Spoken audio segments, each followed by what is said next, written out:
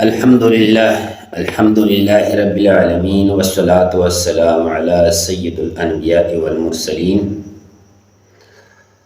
وعلی آلہ واصحابہ اجمعین۔ قال النبی صلی اللہ علیہ وسلم مروا اولادکم بالصلاة وهم انباء 7 سنین وَاضْرِبُوهُمْ عَلَيْهَا وَهُمْ أَبْنَاءُ 10 سِنِينَ وَفَرِّقُوا بَيْنَهُمْ فِي الْمَضَاجِعِ۔ رواہ سنن ابو داود وصححہ فی الصلاة، حدیث نمبر 494، وسندہ حسن، وجامع ترمذی فی باب الصلاة، حدیث نمبر 407، وقال حسن صحیح۔ اس حدیث کو امام ابن خزیمہ نے حدیث نمبر 1002 اور امام حاکم نے پہلے جلد میں 201 پر اور مسلم کی شرط پر انہوں نے صحیح قرار دیا، اور امام ذہبی نے بھی اس کو صحیح قرار دیا۔ حدیث کا مطلب ہے رسول اللہ صلی اللہ علیہ وسلم نے فرمایا اپنے بچوں کو نماز پڑھنے کا حکم دو جب وہ 7 سال کا ہو جائے، اور جب وہ 10 برس کے ہوں تو انہیں ترک نماز پر مارو اور ان کے بستر کو جدا کر دو۔ اس حدیث سے ثابت ہو گیا کہ رسول اللہ صلی اللہ علیہ وسلم نے حکم فرمایا ہے کہ اپنی اولاد کو 7 برس ہی کی عمر میں نماز کی تعلیم دے کر نماز کا عادی بنانے کی کوشش کرے، اور اگر وہ 10 سال کے ہو جائے اور نماز نہ پڑھے تو والدین تادیبی کارروائی کرے، انہیں سزا دے کر نماز کا پابند بنائے، اور 10 برس کی عمر کا زمانہ چونکہ بلوغت کے قریب ہے اس لیے انہیں اکٹھا نہ سونے دے، بستر علیحدہ علیحدہ کر دے۔ ترک نماز کفر کا اعلان ہے۔ حدیث میں ہے سیدنا جابر رضی اللہ تعالیٰ عنہ روایت کرتے کہ رسول اللہ صلی اللہ علیہ وسلم نے فرمایا ایمان اور شرک و کفر کے درمیان فرق نماز کا چھوڑنا ہے۔ یہ صحیح مسلم کی حدیث ہے، کتاب الایمان میں حدیث نمبر 82 نمبر۔ تو اس کا مطلب یہ ہے کہ اسلام اور کفر کے درمیان نماز دیوار کی طرح حائل ہے۔ دوسرے لفظوں میں ترک نماز مسلمان کو کفر تک پہنچانے والا عمل ہے، کفر تک لے جانے والا چیز ہے۔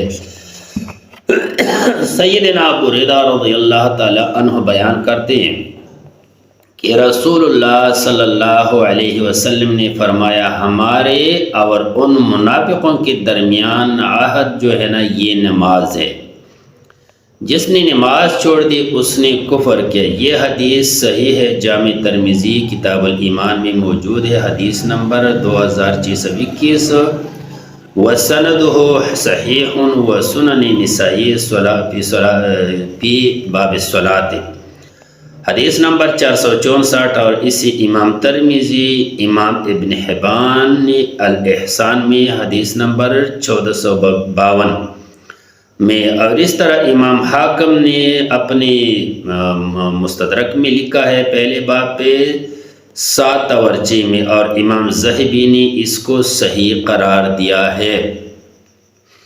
اس حدیث کا مطلب یہ ہے کہ منافقوں کو جو امن حاصل ہے کہ وہ قتل نہیں کیے جاتے اور ان کے ساتھ مسلمانوں جیسے سلوک اور رواداری ہو سکتا ہے تو انہیں مسلمان سمجھا جاتا ہے، تو اس کی وجہ یہ ہے کہ وہ نماز پڑھتے ہیں۔ ان کا نماز پڑھنا ان کے اور مسلمانوں کے درمیان ایک وعدہ ہے جس کے سبب منافقوں کی جان اور ان کا مال مسلمانوں کے تلوار اور یلغار سے محفوظ ہے، اور جس نے نماز ترک کی تو اس نے اپنی کفر کا اعلان اور اظہار کر دیا۔ مسلمان بھائیو غور کرو کس قدر خوف کا مقام ہے کہ ترک نماز کفر کا اعلان ہے، کفر کی طرف دھکیلنا ہے، کفر کی طرف جانا ہے۔ پہلے منافق بھی نماز پڑھتے تھے، اب ہمارے مسلمان بھائی بھی نماز نہیں پڑھتے۔ یار یہ دیکھو، اس طرح ایک حدیث میں ہے، سیدنا ابو درداء رضی اللہ تعالیٰ عنہ سے روایت ہے کہ رسول اللہ صلی اللہ علیہ وسلم نے فرمایا ہے کہ جو شخص نماز چھوڑ دے تو اس سے یقیناً اللہ کی حفاظت کا ذمہ جو ہے نا وہ ختم ہو گیا، اللہ تعالیٰ اس سے دستبردار ہو گیا۔ اور یہ حدیث ہے، حسن ہے، سنن ابن ماجہ میں کتاب الفتن میں موجود ہے، باب الفتن میں، باب الصبر علی الابلاء، حدیث نمبر 4034 ہے، اور سند اس کا حسن ہے، وہ حسنہ البصیری۔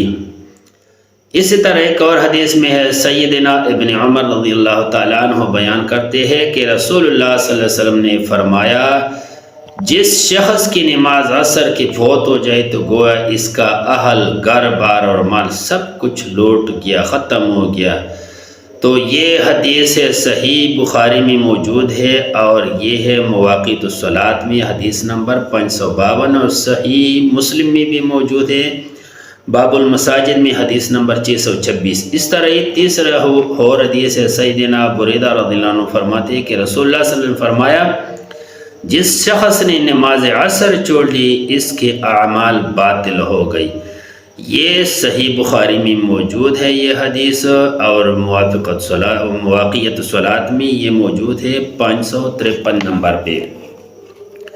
تو میرے بھائیو، اتنے پابندی اور اتنی نماز کی پختگی کے باوجود لوگ نماز نہیں پڑھتے، تو اس لیے میں نے یہ سلسلہ شروع کیا کہ سب سے پہلے اپنی نمازوں کو ہم درست کریں۔ اسی طرح سیدنا ابو ہریرہ بیان کرتے کہ رسول اللہ صلی اللہ علیہ وسلم نے فرمایا، الصلاۃ خمس والجمعۃ الی الجمعۃ کفارۃ لما بینہن ما لم تغش الکبائر۔ 5 نمازیں ان گناہوں کو جو ان نمازوں کے درمیان ہوئی مٹا دیتی ہے، اور اسی طرح ایک جمعہ دوسرے جمعے تک کے گناہوں کو مٹا دیتا ہے، جبکہ کبیرہ گناہوں سے اجتناب کیا گیا ہو۔ یہ حدیث صحیح مسلم میں باب الطہارت میں موجود ہے، حدیث نمبر 233 ہے۔